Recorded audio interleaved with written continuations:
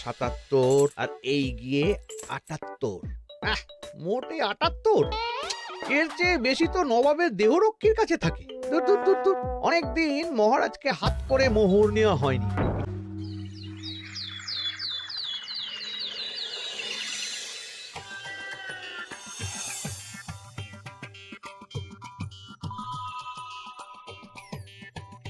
কই গো, কিছু কি ঠিক করলে? রাজকুমারের জন্মদিনে কি উপহার দেবে? হ্যাঁ গো, পেয়েছি, এই দেখো। ও মা, এই যে তোমার ছোটবেলা সোনার আংটিখানা। হ্যাঁ গিন্নি, ঠিক ধরেছ। যেটুকু যা গয়না ছিল সবই তো দেওয়া হয়ে গেছে, নহে বিক্রি হয়েছে। আর তো কাউকে কিছু দেওয়ার নেই, তাই ভাবলাম এটাই উপহারে দিই। এ ভালো ভেবেছো। বেশ, আসি তাহলে, ওদিকে সবার দেরি হয়ে যাচ্ছে গিন্নি।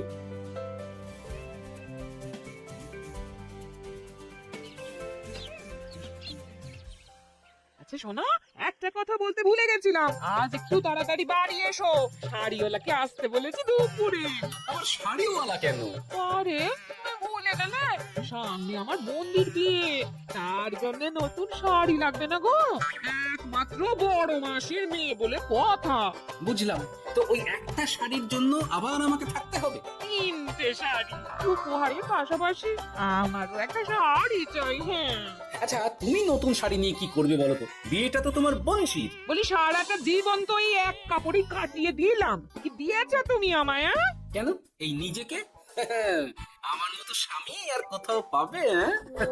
ও সব মন ভুলানো কথায় আর চিড়ে ভিজবে না, তাড়াতাড়ি আসবে বলে দিলাম। হ্যাঁ অগত্যা।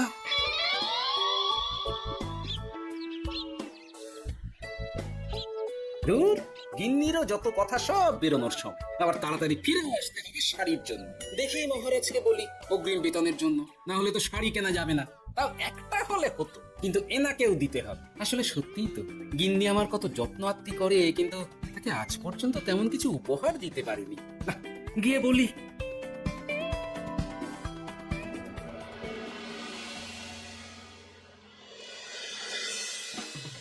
রাজকুমারীর জন্মদিন উপলক্ষে যে আপনারা এত উপহার এনেছেন তার জন্য অনেক ধন্যবাদ। আপনাদের সকলের আশীর্বাদ ও ভালোবাসা আমি রাজকুমারীর কাছে পৌঁছে দেব। এ আর এমন কি মহারাজ, জানেনই তো রাজকুমার আমাদের সকলের কাছে কত প্রিয়। ঠিক ঠিক। কিন্তু আমি অবাক হচ্ছি, আপনার প্রিয় গোপাল জন্মদিন ভুলে গেছে দেখে এখনো পর্যন্ত তার কোনো পাত্তাই নেই। হ্যাঁ তাই তো, গোপাল আসেনি কেন? এসে গেছি মহারাজ। তা বলি, এসে তো উদ্ধার করে দিয়েছো, আজ রাজকুমারের জন্মদিন, সে কথা কি মাথায় আছে? ক্ষমা করবেন মহারাজ, আসলে ওই রাজকুমারের উপহার আর গিন্নির আবদার এসবের জন্যই আমার দেরি হয়ে গেল আর কি। এই নিন রানীমা, আমার তরফ থেকে রাজকুমারীর জন্য ছোট্ট উপহার। অনেক অনেক ধন্যবাদ গোপাল। তবে মহারাজ, আমারও একটা অনুরোধ ছিল। কি? আমাকে যদি অগ্রিম বেতন হিসাবে কিছু মোহর দেন, তাই নিয়ে আমাকে একটু তাড়াতাড়ি বাড়ি ফিরতে হবে। উনি বলবেন আর ওনাকে দিতে হবে, মামা বাড়ির আবদার। যেটা জানেন না তার মাঝে এত কথা বলেন কেন? হ্যাঁ, আসলে মহারাজ, আমার গিন্নির বোনের মেয়ের বিয়ে সামনে, তাই গিন্নি আবদার করেছে ওই নতুন শাড়ি কেনার জন্য। জানেনই তো বিয়ে বাড়ির কত খরচা, তাই। এ তো খুব ভালো কথা, কিন্তু অগ্রিম বেতন কেন? এমন একটা ভালো খবর দিলে আমার তরফ থেকে তোমার জন্য কিছু মোহর উপহার। এই নাও। ধন্য মা আপনি, আপনার মতো মা থাকতে সত্যি ছেলের কোনো চিন্তা থাকে না রানীমা। বেটা আবার সুযোগ বুঝে মোহর পেল, কেন যে আমার এমন হয় না। এবার তাহলে আসি মহারাজ, গিন্নি ওদিকে অপেক্ষা করছে। হ্যাঁ হ্যাঁ, যাও যাও, আজ তাহলে সভা এখানেই শেষ করলাম। মহারাজ, আপনার সাথে আমার একান্তে কিছু কথা আছে, আমি অন্দরমহলে গেলাম। রানীমার আবার হঠাৎ কি হলো, ব্যাপারটা দেখতে হচ্ছে।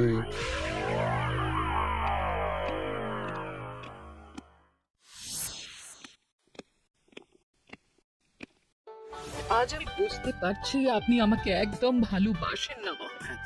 ও কি কথা বলছো রানী? একদম ঠিক বলছি। নিজের গিন্নির আবদার মেটানোর জন্য গোপাল কত ভাবে, নতুন শাড়ি কিনে দেওয়ার জন্য অগ্রিম বেতন অব্দি চাইলো, আর আপনি? আমি তো রাজা, আমি কেন বেতন চাইবো?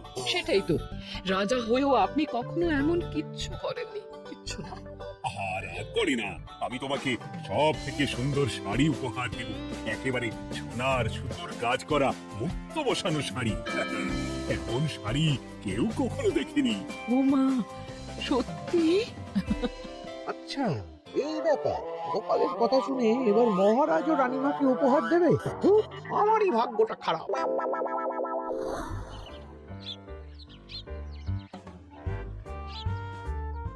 হাজার চেষ্টা করেও গোপালকে আটকানো যায় না। দূর দূর দূর, আমি যা চেয়েছিলাম তা ওই গোপাল পেয়ে গেল।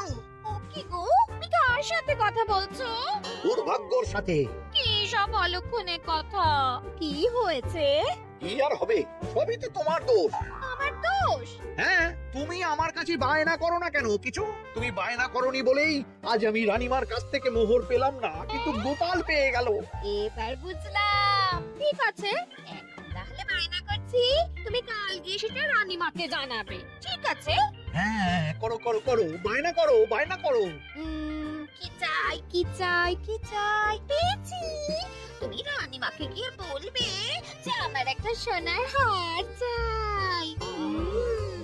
এই না হলে আমার বউ। দারুণ চাল চেলেছো।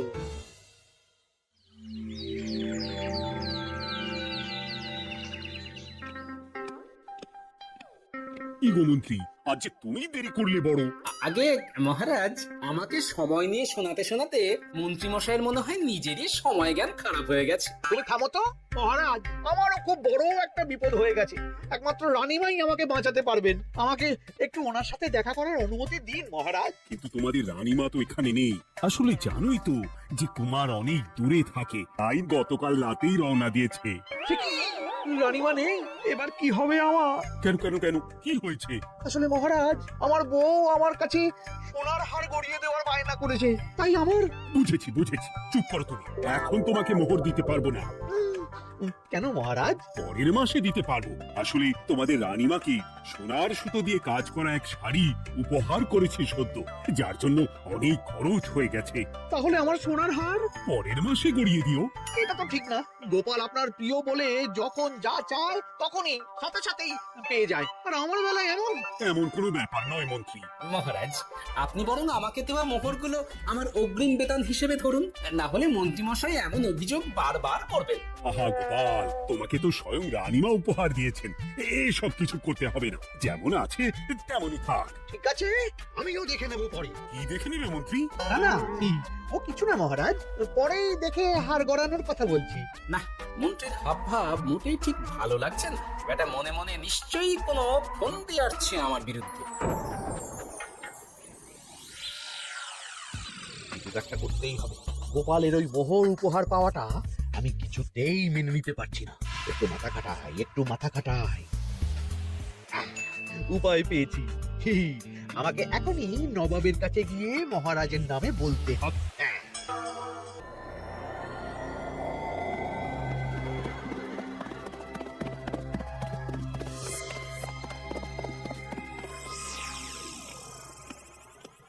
প্রণাম নবাব বাহাদুর। আরে এই যে কৃষ্ণনগরের রাজা কৃষ্ণচন্দ্রের মন্ত্রী, তো হঠাৎ এখানে কেন? আমি নবাব বাহাদুরকে আন্তরিক ধন্যবাদ জানাতে এসেছি। কিসের জন্য? এই যে আমরা খুব খুশি রাজা কৃষ্ণচন্দ্রের মতো একজন শক্তিশালী রাজা পেয়ে। শুধু সামরিক বলেই নয়, আর্থিক, সামাজিক, রাজনৈতিক সব দিক থেকে। আর এটা সম্ভব হয়েছে আপনার মতো একজন নবাবের মহারাজের ওপর কৃপা দৃষ্টির জন্য। বলতেটা কি চাইছো তুমি? তেমন কিছুই না, আপনার গুণগান করছি। তাহলে আপনিই বলুন না, আমাদের মহারাজ কখনো সোনার সুতোয় বোনা মুক্তোর কাজ করা শাড়ি কিনে রানীমাকে উপহার দিতে পারে? কি সোনার শাড়ি? হ্যাঁ, এমন দামি শাড়ি যা হয়তো নবাবের কাছেও নেই। ঠিক আছে ঠিক আছে, তুমি এখন আসতে পারো। আর শোনো, আমি তোমাদের রাজ্য পরিদর্শনের জন্য লোক পাঠাবো। কবে কখন সেটা কাল তোমাদের সূচনা পাঠিয়ে দেবো, কেমন? ঠিক জায়গাতেই আগুনটা ধরিয়েছি মনে হচ্ছে। বেশ, ব্যাপারটা আমার মোটেই ঠিক লাগছে না উজির। কৃষ্ণচন্দ্রর মতো এক সামান্য রাজা এত দামি শাড়ি কিনলো কি করে? কালো বাজারি করছে না তো? আমিও একই কথা ভাবছিলাম হুজুর।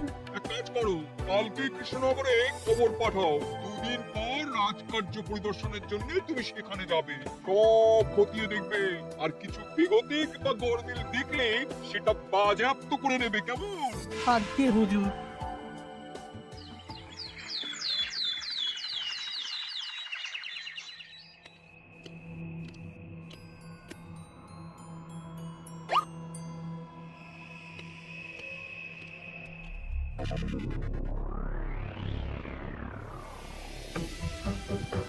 কি হয়েছে মহারাজ, কার চিঠি? নবাবের রাজকার্য পরিদর্শনের জন্য লোক পাঠাবে দুদিন পর। এতে চিন্তার কি আছে মহারাজ? চিন্তার বিষয় আছে।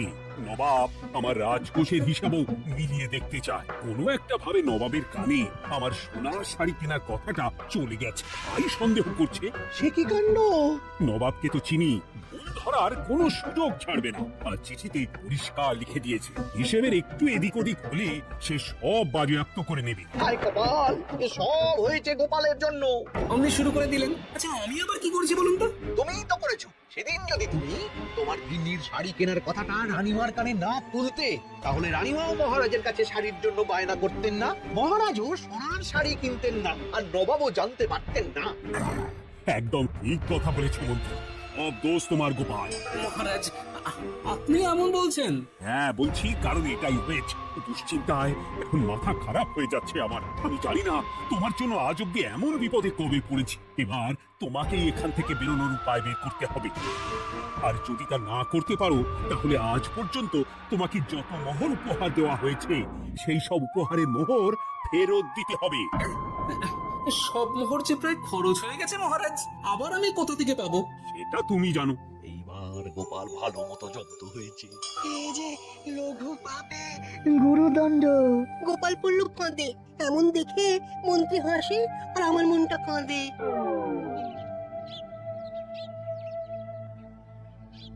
এখানে বসে কি করছো গো গিন্নি?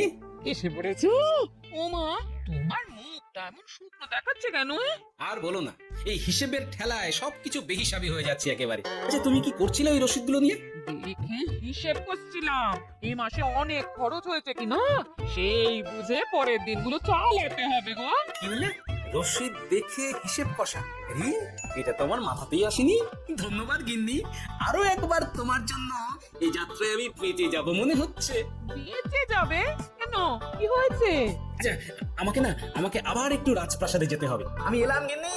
কি যে বলে লোকটা, কিছুই বুঝতে পারি না।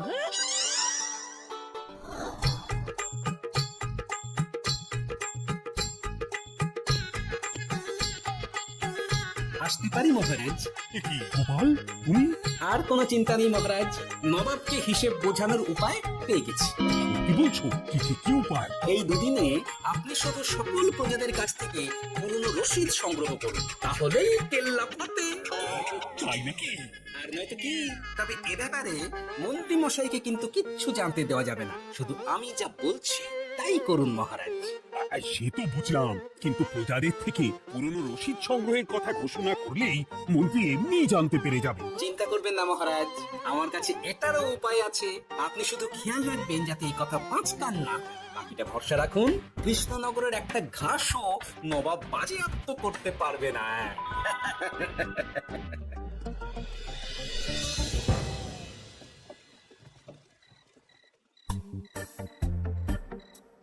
গোপাল দাদু, আমরা সব চলে এসেছি। ভালো সময় এসেছিস, তোদের দাদুর ভবিষ্যৎ এখন তোদেরই হাতে। আবার করে বলছো কেন দাদু? আমরা থাকতে তোমার কিচ্ছু হবে না, শুধু বলো না কি করতে হবে। জানি তো, তোদের যেটা করতে হবে সেটা হলো সবার বাড়ি বাড়ি গিয়ে পুরনো রসিদ সংগ্রহ করতে হবে। এই ব্যাপার, এটা আর এমন কি? কিন্তু কেউ যদি জিজ্ঞাসা করে কেন যাচ্ছি, তখন তখন বলবি যে ওই গোপাল দাদু ওই ঠোঙা বানাবে বলে পুরনো কাগজ চাইছে। আচ্ছা, আমরা এক্ষুনি নিয়ে আসছি। যাক, প্রথম ধাপ হয়ে গেল, এবার পরের ধাপের প্রস্তুতি। যাই একবার বরং বিজ্ঞানীর কাছ থেকে ঘুরে আসি। বিজ্ঞানী, ও বিজ্ঞানী, বাড়ি আছো? আরে গোপাল যে, এসো এসো ভেতরে এসো। বলো, তোমাকে কিভাবে সাহায্য করতে পারি? তোমার কাছে কালি মোছা যায় এমন কোনো কিছু আছে? কালি মোছার জিনিস? হ্যাঁ, একটা তরল রাসায়নিক পদার্থ আছে যেটা সব ধরনের কালি তুলে ফেলে। এটা দেখছি। অনেক ধন্যবাদ বিজ্ঞানী।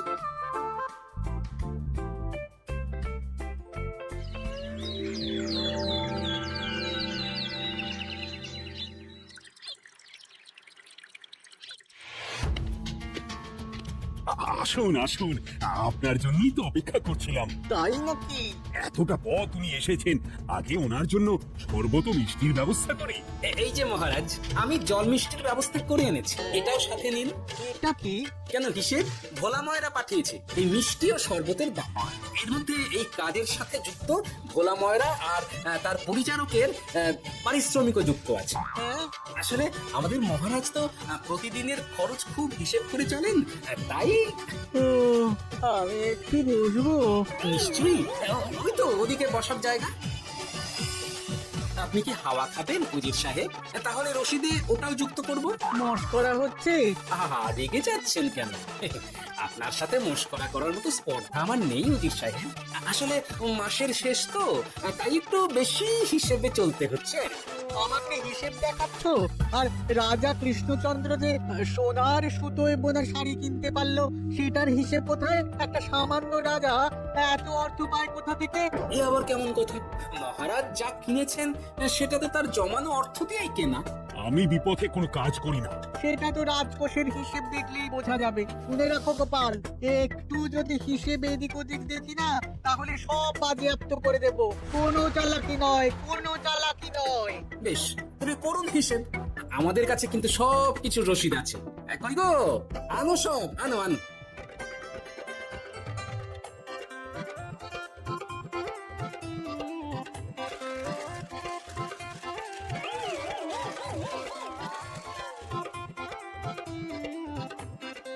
হ্যাঁ, এত রসিদ?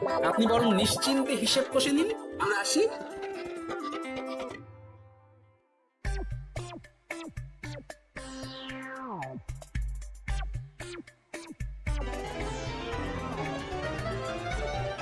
ওই বাবারে, এত হিসেব কষে কষে তো মাথা ঝিমঝিম করছে, খিদেতেও পেট চুই চুই করছে। আপনার হিসেব কত দূর উজির সাহেব? আমাকে এখান থেকে নিয়ে চলো গোপাল, আমি আর পারছি না। ও কি, অঙ্ক কষে কষে তো আপনার সব শক্তি শেষ হয়ে গেছে দেখছি। আচ্ছা চলুন চলুন চলুন, কিছু মুখে দিয়ে দিন, তাহলে শক্তি আসবে। তাই চলো।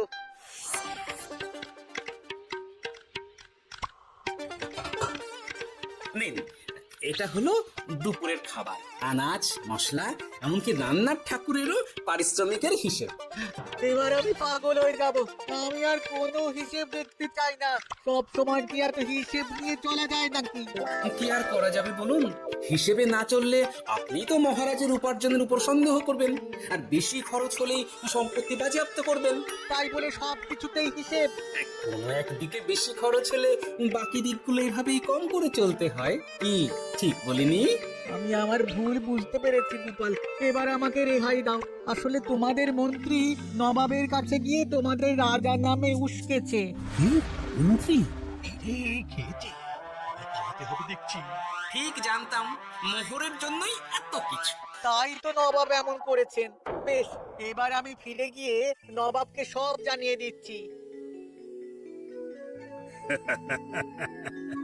সত্যি গোপাল, তোমার তুলনা হয় না।